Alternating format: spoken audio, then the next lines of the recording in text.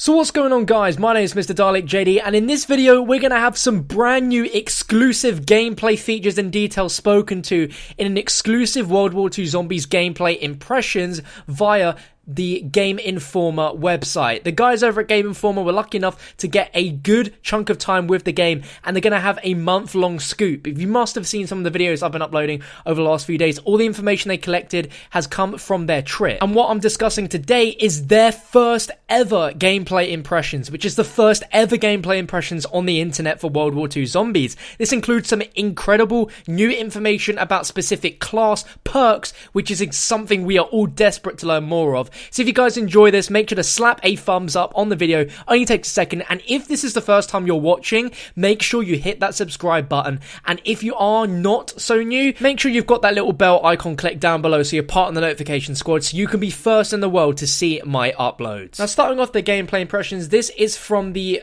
point of view from two people, the PC editor Dan Tack, as well as the writer of this article, Jeff Cork. They go and discuss on their experience with Call of Duty Zombies before. Dan mentions that he's enjoyed the last few offerings of Zombies, and he realizes that these modes have really been for a hardcore audience, and he feels that with this there is a chance for people that aren't so good at Zombies to easily access this Zombies mode, and realizes there's a lot of digging to find the secrets. He's always found that interesting, coming together as a community in the days after launch to discover the hidden mysteries as a group. And Jeff says that he doesn't like playing multiplayer games with randoms, and he really enjoyed what he played, particularly the last super goofy entry, but it's definitely not a primary destination when he checks out a COD game. Fortunately for a lone wolf like him, the setup for their session of World War II Zombies was pretty much perfect. It was a full group of 4, and those 2 were accompanied by a pair of Sledgehammer employees who knew their way around the map. So, who do they play as? One character played as Ving Rhames' character, a guy named Jefferson Potts. Then they chose a support role, which gave them the ability to briefly cloak and avoid detection from the zombies. It definitely came in handy when I needed to revive other teammates. Did you go for a more offensive-oriented approach? So this is insane. One of the class abilities is that you can turn invisible and basically pop an in plain sight for a few seconds to sort of hide yourself from the zombies, but specifically calls it as cloaking and avoiding detection from the zombies. So that's really, really interesting. So now we know how this sort of role would work. They chose a support role, which enabled them to briefly cloak. We don't know if these sort of perks or abilities are locked to each class. We'll find out as we read. So Dan opted for a more offensive role as Marie, Catherine Winnick's character. Interestingly enough, I believe players could pick any of the characters, so you could have more than one of the same character on a team? What? This is the first time in Zombies we've ever been able to pick what character we wanted to play. Apparently, they don't sound too sure on this, but they say they believe that we could pick any character that we want to play. They had the ability that really let them light up a room, unlimited ammo for a limited amount of time. As it got deeper into the mission, this was an absolute lifesaver when the hordes would be on us. It lasted a pretty significant time too, and also they mentioned in an interview that they had a perk on their loadout which enabled them to have that ability for a lot longer. It charged like a specialist meter, and with this perk it allowed it to charge further than the normal one, so they had additional time. So now we know we have 2 abilities and a perk confirmed for one of the loadouts. They said that also being able to hold down the trigger and just mow down zombies was nice, but it didn't detract from the difficulty. It's definitely still there, which is awesome, but at the same time the progression system seems a bit more lenient. You're actually unlocking tangible perks and things, not just the ability to purchase a powerful gumball on your next run. This is sounding amazing. Tangible perks and other things like that. Amazing. Permanent unlocks, so we don't have to spend money on this stuff. Amazing. Well, they don't know, and they say if this holds true for the entire mode, the dynamic fairway encounter was super cool and should detract from players instantly running to guides and templates to handle the game. Potentially no more, okay, first we go to this gate, do that thing, do that thing. We had a few encounters that featured us having to move and groove killing zombies in a mobile location, meaning we had to be ready for that even if we have all the doors, gun spawns and everything else memorized. Additionally, the map contains special spawns that are event/location triggered on top of the standard waves. So that's where we get the multitude of different sort of special and boss zombies. They say, make no mistake, it's still a wave-based mode, but you're right when you say that it's more dynamic. One of the early objectives was to power up some kind of freaky Tesla-like device, which meant following several power cords along the floor and flipping switches. Sounds pretty reasonable, right? And I think in the trailer, we see what we believe to be a hand, which has got an electrical current flowing through it. So maybe this hand is linked to loads of different power cords across the floor, and we have to find where they end and flick on these switches. That played out fairly predictably, requiring or at least encouraging us to provide backup for our switch buddies as they worked on repairs, lest they end up as zombie kibble. The interesting part came later when the device was powered on. A weird apparatus on a ceiling mounted track sprung to life, slowly making its way along the corridor. As it progressed, we needed to kill zombies within the energy field it generated to keep it powered on. It's a relatively simple task, but it required everyone to wait for zombies to amble into the correct position before blasting them apart. A nice departure from the typical shoot on sight mode most of us operate on in first person games. Backing it up a bit, what did they think of the setting? They say, I know you went into the lore behind the zombies themselves a few days ago, but I'm curious to hear your thoughts on the actual location.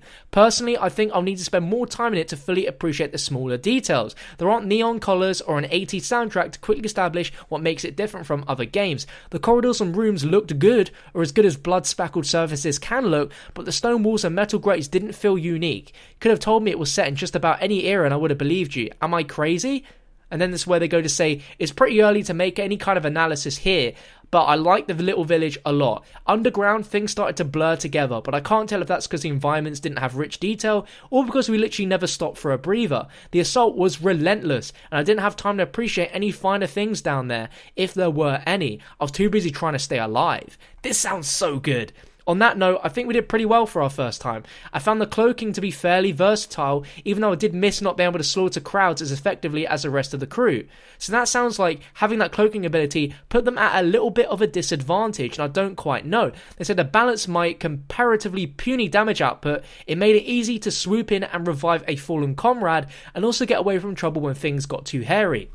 As we progressed deeper underground, we ran into some of the game's tougher enemies, like armoured behemoths, who like to charge into battle. Thanks to my ability to turn invisible, I could run away from those guys and watch them become someone else's problem. Yeah, I'm kidding. I retreated and picked them off from a distance. You saw that, right? So there we go. That massive monster we see at the end of the trailer is confirmed to be called an armoured behemoth. That's incredible. I love the name of that as well. What do you guys think down below?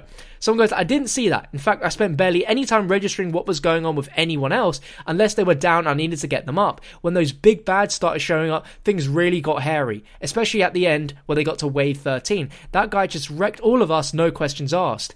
It was a real bummer when we all eventually fell, since we were apparently on the last step towards acquiring some kind of Tesla weapon. Alas, it wasn't meant to be. What did you think overall? Would you stick with the same character or role next time, or would you move on to something else? I gravitate towards support classes, so I'll probably continue down that path. The tricky path will continue to be coordinating a time to play with my friends. As deadly as the undead can be, they don't compare to the nightmare that is adulthood. They say, I really wanted a lot more time to check out the perks, unlockables and customization options before deciding. That said, I don't think I'll ever be running support, but I'm glad that they are moving towards a slightly more RPG bent with this than previous versions where you're just a shell grabbing guns and running around.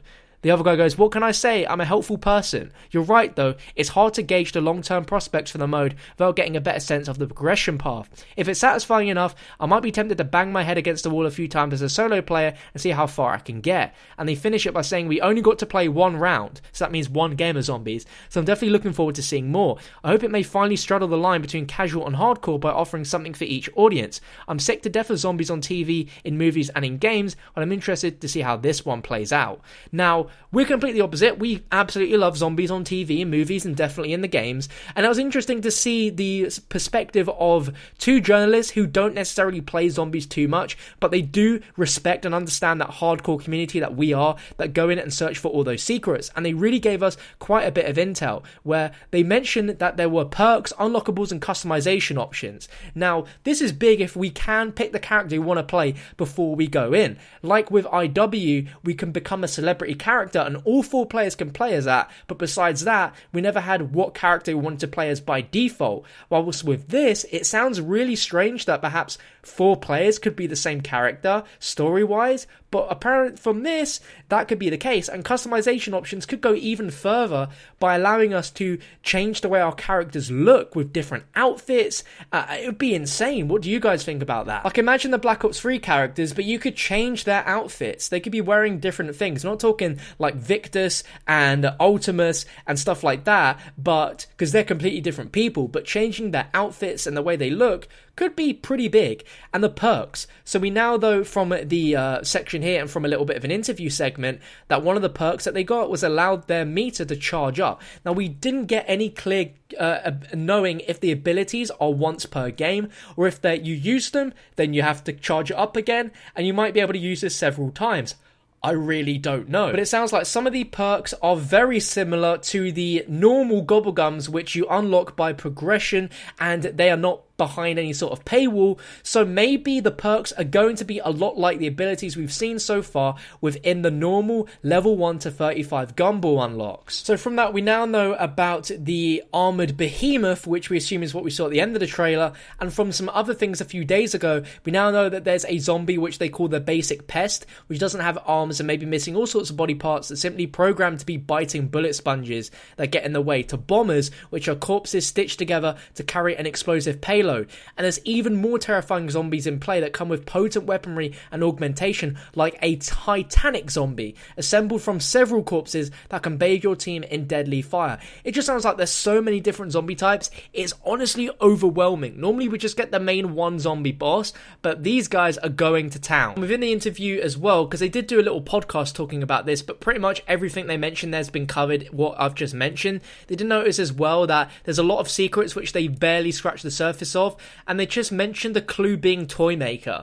And as they finished the article, it says the true tale behind zombies is locked behind mysteries and secrets which players can delve into on their attempts to learn more about the mysterious Nazi doctor and a kidnapped Toymaker. Will be hinting for clues on November 3rd. So that's really awesome that Game Informer are going to be hinting at clues for zombies when the actual game comes out, but they're hinting that, you know, we know this Dr. Straub, but then we know about this kidnapped Toymaker, which is the father of Marie and Klaus Fischer, and we might know as well from little bits of intel that there's a toy shop within the village itself. Clues perhaps that some of the toys that this guy's created could be used as weaponry, we really don't know. But there we go, my friends, exclusive gameplay impressions from Game Informer, and they're going to be giving us more intel on World War II throughout the month. So if any new stuff comes up with zombies, and this is also the first time we've ever seen anyone get hands-on with zombies so early on. Normally it's kept secret until like the last 2-3 weeks, but these guys got to play months in advance. It's crazy. But there we go. If you enjoyed the video, make sure you slap that thumbs up button real good. Only takes a second and I really appreciate it. And make sure you hit that subscribe button if you haven't already. Make sure to check out these videos on screen if you haven't already.